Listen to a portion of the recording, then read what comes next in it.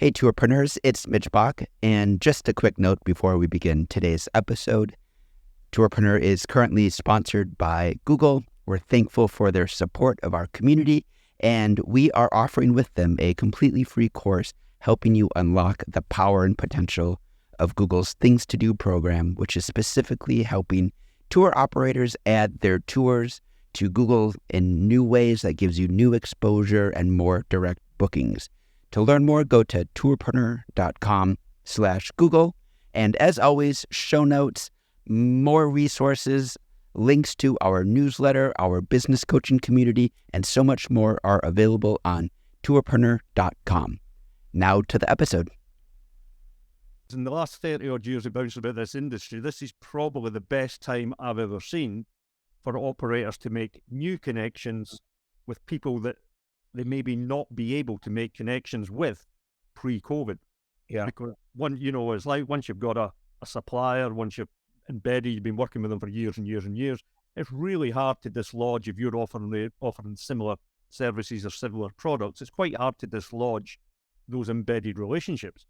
But now with a broken supply chain in a lot of cases around the world, there's all these gaps in supply chains now. So it seems to me that this is probably the best time ever to be doing face-to-face at events and filling gaps that are there because they are set of circumstances.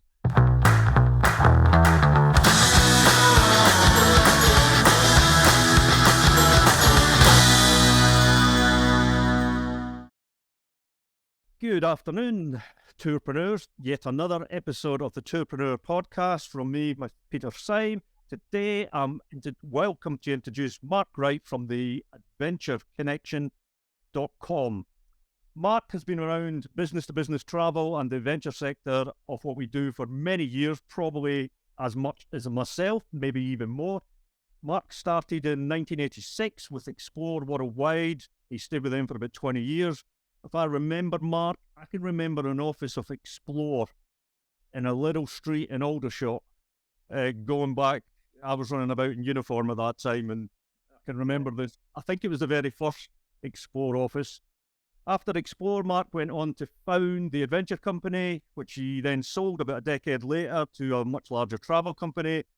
He was the MD of Chameleon Travel for about 10 years, and since 2016, Mark has been running the Adventure Connection, which is a specialised B2B marketing agency, marketing consultancy, strategic planning, and representation, which we're here to talk about today. Did I get most of that right? You've been around a long time, so I may have missed a few things out. Yes, that is right. Thank you very much, Peter. Except you did add in 10 extra years along the way. I'm not that old. So, I've been in this industry for 36 years. 1986 was when I entered and started off working for Explore Worldwide in that little street in Aldershot, indeed. I'm just adding in 10 extra years because it's great to have someone who's been around longer than me, because everybody in the community thinks I'm ancient, which I'm not. I've just had a very hard life. Yeah. And I've run around Aldershot when I was still a kid, so that tells you how hard a life it was if you remember what Aldershot was like. Yes, I do. That was my first job in travel. I learned a lot. Yeah, it's still a good company. For our North American listeners, Explore Worldwide is still, that company is still going. I think it does about 6,000 multi-day customers a week. Is that correct? I wouldn't know the numbers. When I left, it was, when I first got there, we were doing about 3,000 passengers a year. And I was there 10 years. And by the time I left, we were doing about 15,000. Yeah. So it grew quite nicely, and it became the world market leader at that time. Yeah. Other companies came along later, like Exodus and Intrepid and G Adventures, and kind of went further in terms of adventure travel. But they were the market leaders at that point. Yeah, no, it's been around a long time. I always watch with them between them and Explore and Exodus, because I was at both UK. I've always tracked them up. My connection was, obviously I was in the military at that time in Aldershot, but I was already traveling abroad and leading adventure expeditions for the military at that time. So to see it on the high street being retailed as a holiday was of interest to me, because I was not commercial at all at the time. But to say, oh, look, I've just come back from Nepal and there's people selling adventure holidays. So that was one of the very first indicators to me that there was a possible lifestyle in this industry after the military. And I was similar. I'd been off backpacking for 2 years, traveling around the world. Came back from one of my favorite experiences was trekking in the Himalayas in Nepal, and that's when I got the idea. Can I make a living out of this? And start offering trips for travelers. When I got back to the UK, I realized there's half a dozen or so companies, not that many, were already doing it. So I thought, well, let's join one and learn the ropes before I did it myself. Yeah, and a blink of the eyelid, here we are 30 odd years later, a bit greyer, a bit wiser, maybe not wiser, just a bit greyer. So over the last few weeks and over the last few months within the community, we've been getting the communities here to answer questions, but we constantly get questions around business-to-business events, and I know you're a specialist in business-to-business. Should I go to this event? Should I go to that event? What's the benefits? What's the downsides? What's the costs? We've had some podcasts on previously talking about events and the upside of going to them. I'm a big fan, but there is some downsides of not being done correctly as well. But your business at the moment does something that not many of our members are aware of happens, and the ones that are aware of it may have not used for quite a long time, and it's called representation. Could you just tell us what representation is, Mark? Yeah, it's in a very simple form. It's a company like ours, acting on behalf of the local operator, the DMC, whatever you like to call them, the inbound tour operator, to help them get the connections into a market like the UK market. So representation is about us being you or us being them, to help them to get those connections which they badly need from the outbound tour operators here, the ones that are sending passengers overseas, and we're helping to make that fit. We often call ourselves a dating agency. We're like, we say it's like Tinder for travel. So on the one side of the equation, you've got these great little operators who are providing amazing experiences in country. On the other side of the equation, you've got the outbound tour operators who are looking for those experiences, but don't necessarily always find them. And they will often go to events, they will go to shows, trade events, or even B2C events looking for product. And at the same time, the local guys who are running the experiences, the DMCs, will come to those same shows. So we help put them together. And I would say going to shows is one of the best ways of both of those connections happening. But in COVID times, a lot of people didn't go to shows. They were going to virtual events and virtual shows, and that actually was pretty successful up to a point. I'm a big believer in face-to-face, but I think you get more work done and more connections made if you're able to come face-to-face to an event and meet the operator that's going to be selling your product. Yeah, for sure. And a lot of our community, particularly the ones that have started in the last 5, 6, 7 years, we keep ranting on at them that they don't have a big enough distribution portfolio. They're doing a lot direct, or they're doing a lot through online agencies, but not enough of them, 2 or 3 or 4 or 5, and they haven't got a big enough breadth of distribution that builds in resilience to business and builds in safety, basically. Yeah. But a lot of them are finding it hard to find these connections with other operators. And to emphasize to our community, if you find a tour operator who's going to distribute your product for you at one of these events, I know from personal history and all of connections history, that relationship can last 10, 15, 20 years. Yeah. So then when you work through the numbers, your cost of acquisition of finding a partner is then laid off 10 to 15 to 20 years. You're basically buying sales for not a lot. Yeah, that's right. And it can take a few years of coming to those events as well for that it doesn't just happen immediately. And again, a representation company like ours can try to continue the conversation after you might have gone back home. You've come over to London maybe for an event. You've met a couple of tour operators. You thought, okay, that was a good conversation. And then I've seen it time and again. They come back the next year and they carry on the same conversation, but it's not led anywhere. Yeah. So it's really important to keep the dialogue going. And that's why representation companies exist, to keep the conversation alive and make sure that both sides are doing what they said they were going to do. You won't believe how many companies come along to a show. They say they're going to send them an itinerary, or the operator says, yeah, we'll send you the dates and the itinerary that we want, and then nothing happens. Which is amazing when you think how much people invest both in time and money going to shows, especially if you're a small operator, where it's coming straight out of your pocket. You're not an employee of a much bigger company, it's coming straight out of your pocket.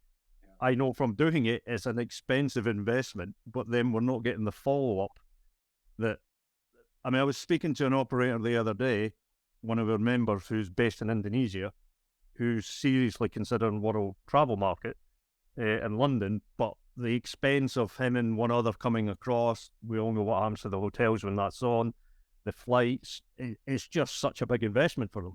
And this is where I was introducing the concept of representation. So could you kind of just talk through the range of services that you would offer small operators, so the listeners can get a picture of representation as a whole, not just standing on a stand at a trade show on their behalf, but all the background work it also goes on? Yeah, no, that's it. I'm glad you asked that question, because we actually say that we're not really just a representation company. And there are pure representation who will just be like your agent in this country. We essentially offer everything that I've learned over those 30 years as a tour operator. We offer that as a service. So we will help people with their websites to get the style of writing, the copy right, with the right messages that are going to connect into the market. We'll help them produce videos. We'll help them to come to events and get meetings. The representation probably represents about 70% of what we do. And that work is picking the phone up to tour operators, trying to get them interested in the experiences that are on offer. We'll be making meetings. We'll be helping facilitate those conversations I talked about that may have already begun, but we'll be asking them, well, what's happened with the itinerary that you were promised, or what's happened with the contract you were going to send them? So we're just constantly moving along. Again, go back to the matchmaker. It's like saying, how did the date go? Did you like each other? Do you want to meet up again? A lot of the time we can stand back because it's a hot date and they're falling in love and it's all happening. But a lot of the time we're just having to nudge things along. And we often say we don't try and break the door down. We just knock gently every week to just check, what's going on in there, particularly on the tour operator side, because they're very busy people and they need just chasing up. So one of the things I think, certainly the operators who are not experienced with going to events, but they're interested in going to events, there is a big underappreciation of how much work's involved, pre-event and post-event. All the focus is on the 2-3 days at the event where you're chatting to so many people. Everybody's so busy and people got big smiles on their faces. I don't know if you were at WCM this year, but it was crazy, and I've never seen people so happy with the amount of business they were doing. But the amount of work pre-event and the amount of work post-event dictates the success of the event. Yeah. So pre-event, we're usually we start for WCM, which is in early November. We start at the end of August, getting meetings in the diary for the clients that are coming over. So we had 18 clients from around the world all coming over to WCM this year. That was probably the busiest we've ever had. We also ran an event while we were at the show. We had 70 operators come along to that event.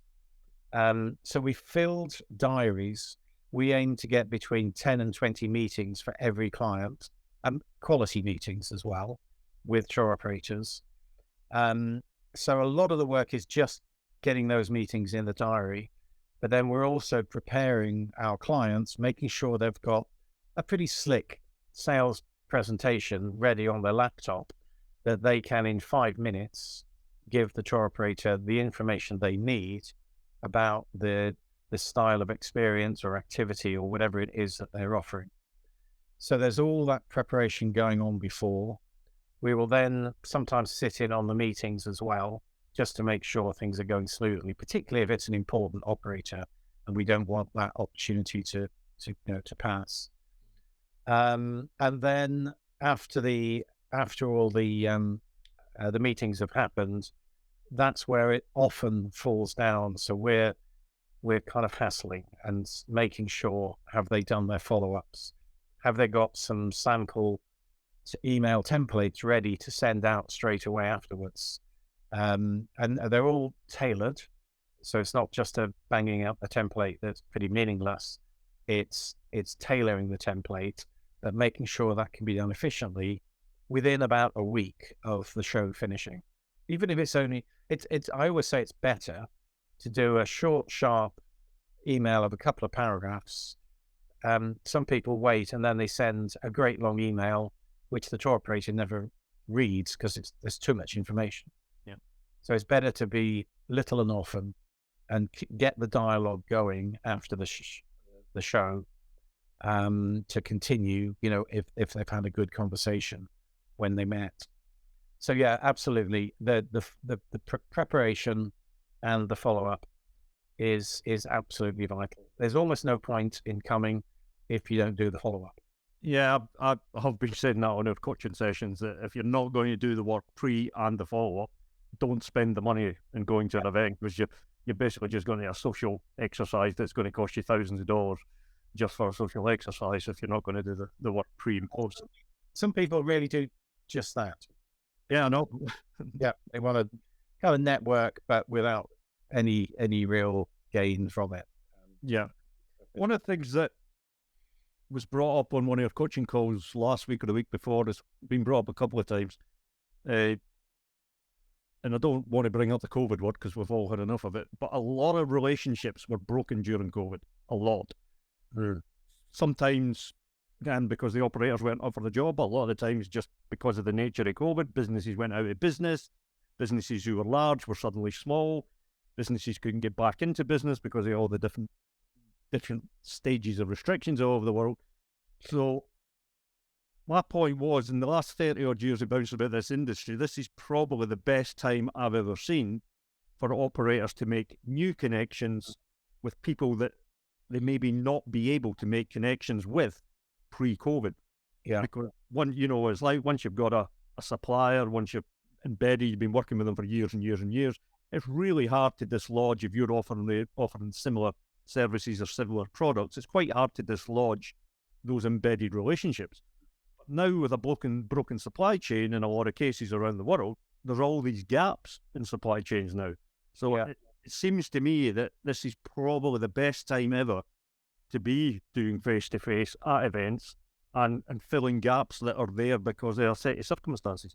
Yeah, I agree. And there's another side to that as well, because the supply chain is a bit damaged, to say the least. But also, the tour operators, they've gone through a lot of change. People have left, people have changed job, people have been recruited. And suddenly we're finding the product manager who knew all about, let's say, Latin America or Africa or North America or wherever.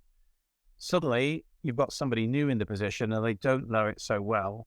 They're often coming to us saying, okay, where have you got in certain destination? Who have you got? And because they don't know it so well. So you've got both sides are a bit damaged. Yeah. And I think you're right.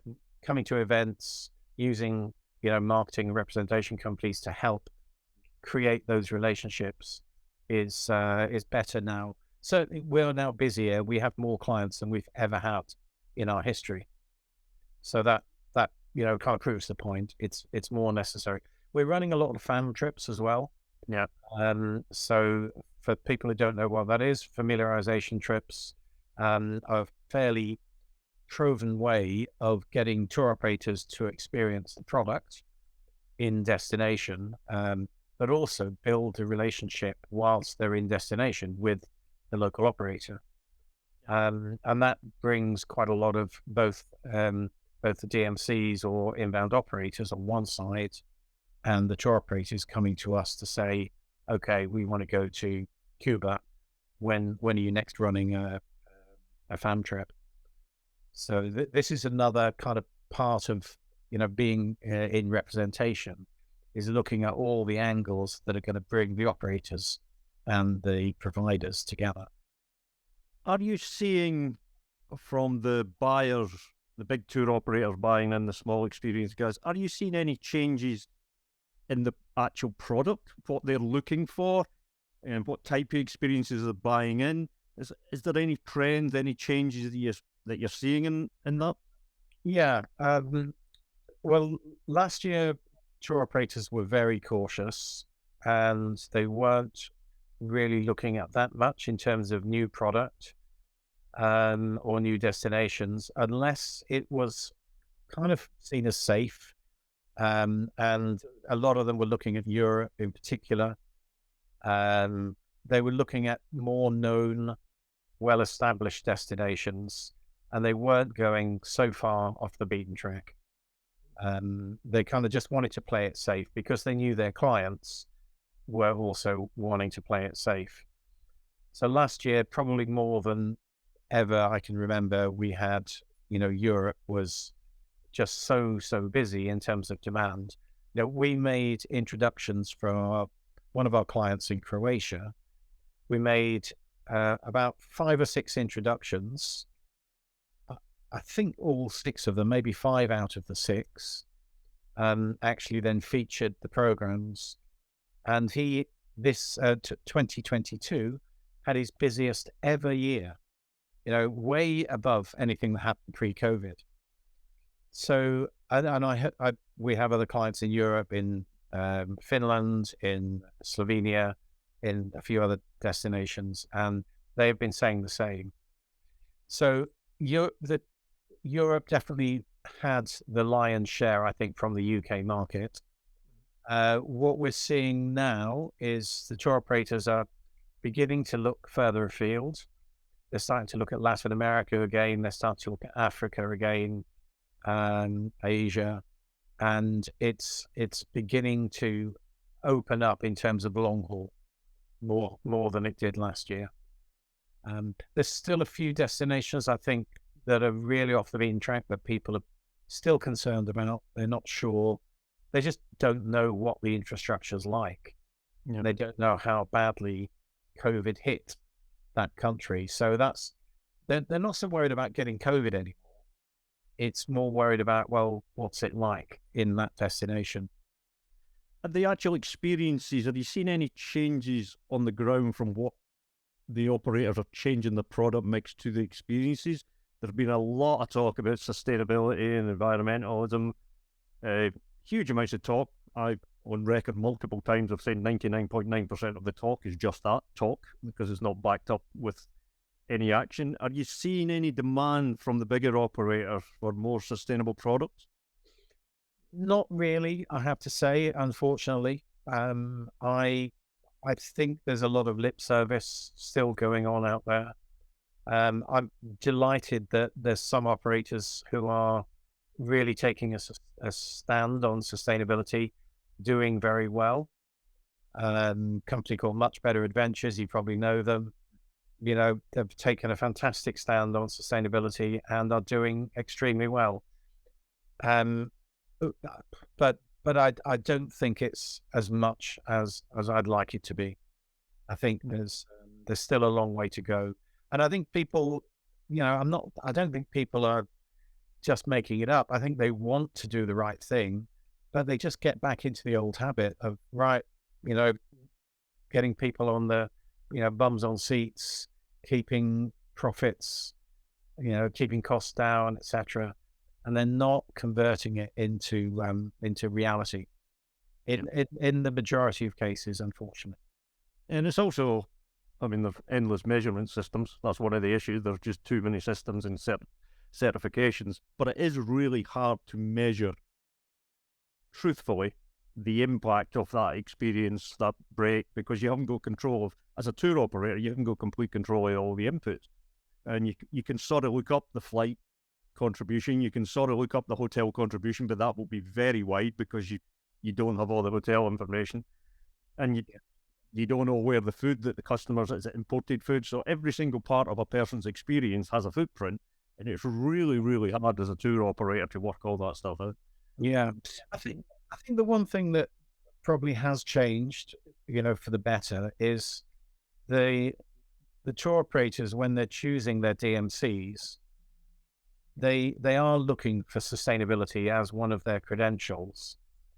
And if they don't deliver, if they say, yes, we're sustainable, we don't have single-use plastic, we minimize carbon emissions, we have local community involvement, etc. If they then don't deliver on that, they are likely to get dropped, because they know most tour operators will have a following from their public, from their clients. And if they see the wrong thing being done in destination, they will complain about that. They'll report back. So I think there's been a genuine influence over a period of 5, 10, maybe longer years. And it is making a difference, but I don't think the tour operators are sort of going for a DMC because they are more sustainable than another one. They're almost expecting all of their DMCs to be ticking the boxes in terms of sustainability, not necessarily making a straight choice between one and another based on sustainability. Are you seeing, I know in a past life, you were one of the first ones that focused on family adventure travel. Are you seeing any niches in the market that are like trends again, more niches? I know family travel had a bounce back because of COVID. Yeah. Are there any other niches that you're seeing happening? Well, families was definitely one we noticed, and we know a couple of tour operators who are specializing in that. And because I did it in my past life, I kind of particularly picked up on that. And so families was probably the one that I would have said, but you put the words into my mouth. I'm trying to think what else is, sort of outdoor activity, being in the outdoors, people, just being outside, whether they're cycling, kayaking, walking, that seems to be very popular still at the moment. I haven't got numbers on how much more it is than it was pre-COVID, but my sense is people perhaps more appreciate the outdoors more, having had it all taken away from them for 2 years, that they couldn't go out and they got stuck in cities and couldn't go traveling. Yeah, for sure. It is up for sure. That I've seen the data on it, it's up double figures. So it's whether it maintains that, that's a question. My gut feel is it probably will, because there's just a whole trend to that. The one thing I'm not clear is on the demographics of the people taking part in that growth, because I'm seeing it mostly across the board, to be honest. You're getting older people like us who are fitter and healthier than probably what our parents were at this age, so they're taking part. And then you've got younger ones taking part as well. So I think the demographics are evenly split. Are you seeing anything with demographics with those you're representing for us? Are there any changes? Well, there's certainly an emerging market of the sort of 30s, 40s. That was a market that was ignored by a lot of people for many years. Everyone was going for the 50 pluses because the logic was they've got more time, more money to spend, and so that's your market. Yeah. But companies that have been focusing more on the 30, 40 end seem to have been doing very well.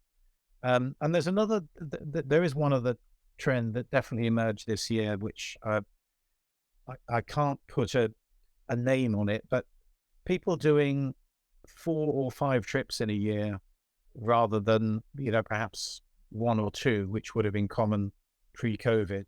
And whether that's just catching up on what they missed, but I'm definitely seeing that more and more, that sometimes tour operators have got a smaller client base, but they're carrying more people. Yeah, that's maybe, I mean, again, I can't prove this.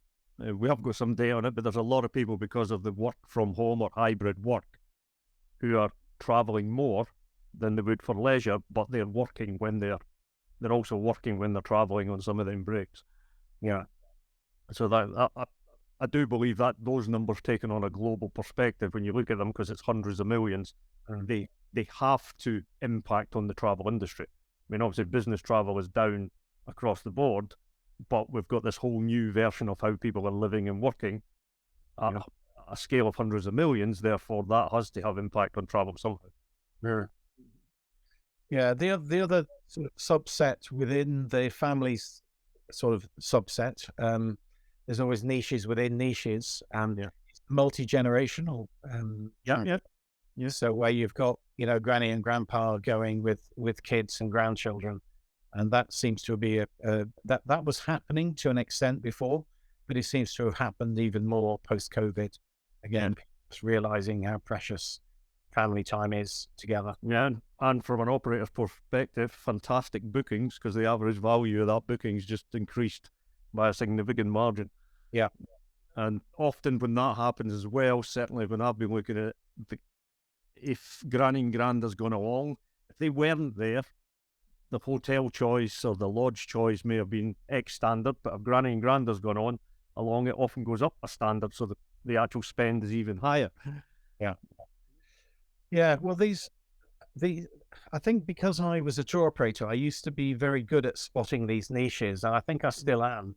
And we still advise on it with our clients when we're talking to. I mean, I just did a couple of days overseas, just purely advising on strategy for a local DMC. And one of the first things is, like, make sure you're clear on what niches you can provide for. And then you may think you've only got one or two kind of core products, but actually they can be applied maybe to families, maybe to more active people, possibly to schools or challenges, expeditions. So just be really clear on what niches you're aiming for, and then make sure you've got ready-made products, so that if an operator does come to you, you've got something to send them as an example straight away. Every operator will want to tweak the itinerary that the DMC sends them in the first place. Yeah. But it's giving them it's having a starting point ready. And I don't know if I've mentioned that we have this thing called the DMC Best Practice Toolkit, which we developed during COVID, during downtime in the first 6 months. And it was something we'd been already advising our DMC clients on various things, including service levels and product development and safety, compliance, all of those kind of things. But we've now put it all into what we call the toolkit, which is a series of documents, and I deliver it through webinars or sometimes face-to-face, to kind of prepare them for giving them the best opportunity. We always say, we take them from good to great, as a DMC. And if they need help, most DMCs I ever come across, they're good they might be really good on their product and they're in the field, but maybe their safety standards aren't so good, or their service levels aren't so good, or their marketing materials aren't so good. And it's usually a kind of fairly broad, rounded package that ticks the boxes for the tour operators. Because at the end of the day you've got a product manager who's got to put this trip together based on what the DMC sends them, and they've got boxes to tick, and they can't get through it unless all the boxes are ticked. Yep. Yeah, for sure. Going back to representation, thinking of your operators in the community, if they were to go out looking for representation companies and they wanted to speak to a few, what's the sort of questions an operator should be asking representation companies? Yeah, that's a good question. I would say, can they give any examples of companies that they're working with who would be able to say what the company is like to work with? And can they show results of what they've been able to do for them? Yeah. So, and it takes time. I think everybody should understand, if they're thinking about, using a representation company, it probably isn't going to all happen in the first 6 months. It can take easily a year. It can take 3 or 4 months, but usually within a year, you've started to get the results. So yeah, asking them, have they got results, and asking them for testimonials from clients. Ask to speak directly to clients who are working with the representation company. And if they've had a good experience, they will quite, happily share that experience. And the representation company should be pretty open, I think, about letting the potential customer talk to past customers. Yeah, if they're not open, it's always a signal. I think, that another thing would just make sure that the representation understands the industry really well, and has actually worked in product development, because the job of the product development manager is, it's kind of filled with, usually any typical product manager working for a tour operator, they might have 20 or 30 new trips they're developing in a year, as well as all of their existing suppliers that they're working with, maybe just keeping the same itinerary, getting recosted and replanned with any logistical changes that are going on. So a product manager is a busy person. And I think you've got to really understand the mindset of what a product manager does before you can approach them. And that is often one of the problems with, DMCs coming over, say, for one show. They think it's just going to happen straight away after one meeting. And it generally doesn't. Now, every now and again it does, if you're lucky. But mostly it's the groundwork, like we were saying before and after and during those shows to make it work. Yeah, I've always took the view, based on learning from doing it wrongly and doing it correct sometimes, that I always looked at it as a 24-month investment in when I go to events. If I was going there to open relationships, business relations, I always looked at it as a 24-month cycle. So you're always working 24 months ahead of where you want to be. Like if you were at WCM in 2022, like you're really working on 2024 onwards. It is that type of long cycle, especially on multi-day itinerary, and bedding down the partnership and bedding down the relationship. Sometimes for day tour operators, because you can do day tour operating businesses there. Like you said, it can happen quicker. I can remember way back in the early 2000s being at shows in London for my day operation, not my multi-day operation. We picked up partners, and within weeks they were trading with us, and they continued to trade with us for 20 years. So sometimes it can work. Yeah, like you said, there is a bit of luck sometimes, but you make your own luck if you show up and you're there and you're doing it and you've done the groundwork beforehand, reaching out, making sure you've got the appointments, which is critical. Never go to a show that you want to sell unless your diary's full. If you get all of them appointments, there is a hit rate, and it is a bit of a numbers game. The more you do them, the more you get out. But I do think operators need to train their mind that this is a 12 to 24 month cycle of business. But I keep coming back to it, 10 years, 15 years, 20 years of repeat business more than justifies that effort. Yeah. And the one I mentioned, the guy in Croatia, one of the introductions, the partners we gave him, he put on 25 departures last year alone, and they've just increased that to 38 departures for 2023.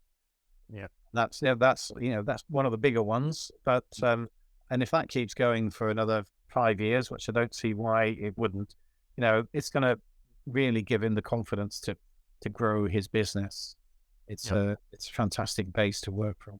So you're You're a representation company specialist in a certain niche. Is there lots of other representation companies in niches as well? There seem to be quite a lot of smaller, like say Africa specialists or smaller Latin America specialists. A few Asia specialists as well. But I think we're the only one that's done it for adventure. I kind of, was in adventure travel for 30 years and thought there's a bit of a gap here. So when the right moment came along, I thought, well, I'll fill that gap and invent a job for myself. Yeah. So that's where the Adventure Connection came from. And it seems to have been very popular. I was quite surprised how popular it was. Well, the venture sector is outgrowing the rest of travel, so you should be all right for the rest of your days on the planet. The growth is there. So, I mean, I think there are like hotel specialists. There are some quite large mainstream representation companies as well, AV reps, and a couple of really big names, which I don't have that much contact with that side of the industry, but it's very much your mainstream companies, really. And will a representation company have a list of events already pre-planned that HIT will go to every year? We, in our experience, we have a list that's usually too long for us to attend every single one of them. We would probably go to between 6 and 10 per year.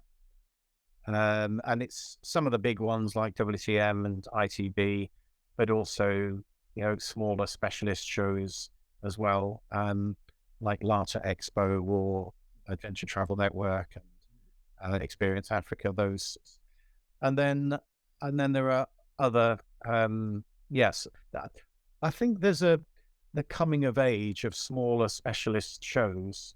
And that's, I think that's a very welcome change that's been happening over probably 10 years or so.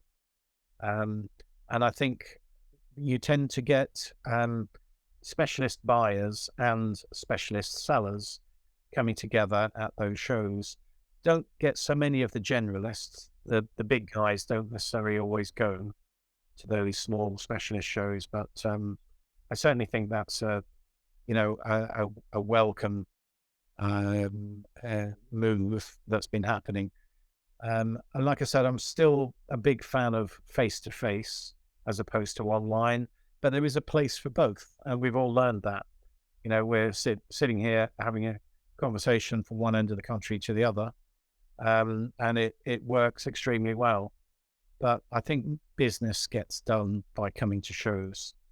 Yeah, obviously we were all forced into this with COVID, but coming out of it, and I've been to a lot of events since COVID, it's the automatic thing to me now is to follow up in the medium we're doing. You get on a video call straight after, and so you're following up to keep that relationship that you opened at the show to keep it going. That's the natural progression of it, which is it's better than just that bland email or that phone call. The video to follow up with the relationship you opened is the obvious one. Yeah. And there's certain times of year when it's better to approach operators as well. We produce a little infographic called the product life cycle, and it shows the traditional pattern of how it always used to be back in like the old days, when I first came into the industry, and probably when you did. It was a very tried and tested. January and February were the selling months. Then you started to look at new product around about March, April, May. And that's why things like ITB always happen at that time of year. Then you did your contracting, your preparation, June, July, August for a launch of a brochure, probably September, October. And then you had WCM coming along in November, the beginning of ideas for new product for the following year. But you couldn't do too much then because you're going to get into the big selling season in January and February. Now that cycle still exists, and it's not so pronounced in some companies as it is in others. But it's a really useful one to know that if you try, for instance, to knock on the door of a tour operator from this time of year, mid-January, when we're recording this, through to about the end of February, it's going to be really hard because they're so busy with sales. But you'll know that there'll probably be a lull around about April time, and that is a good time to be approaching operators.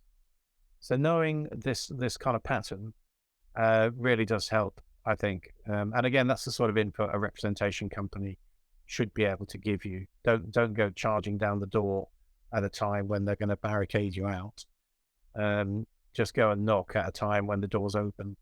Yeah, I think your points there are probably more relevant now for the simple fact, unless something's changed recently, a lot of operators are operating with a lot less staff than they were pre. Yeah.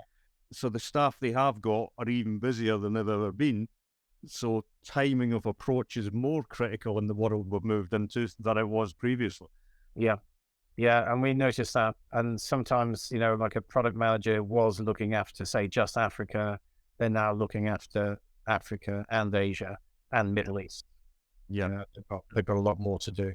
That's a lot of work, and we can see the impact of that in the industry. We've all got a responsibility. This is the industry can't continue with the staffing levels it's got at the moment. We have to get more staff attracted back into the travel industry. All the talk for artificial intelligence technology, it's still a human-led business that we do need humans in the industry. Yeah, it really is. Okay, Mark, thanks very much for your advice and your insights into representation. It's a subject I'm sure a lot of your operators are interested in. I know a lot of your operators are interested in, but weren't really clear about, so hopefully we've cleared up some of that today. So thanks very much for your input. Thank you. And I'd also add that if anybody does want, intelligence on what's going on in the market, we do produce a market report once every 6 months. So if anybody wants to get hold of that, we can, just send it out, just reach out to me, and we'd be happy to send that to people. So that's great. So if you want to get a hold of that report, just contact Mark Wright at theadventureconnection.com, and we'll see you again, Mark. Thanks very much. Thank you, Peter.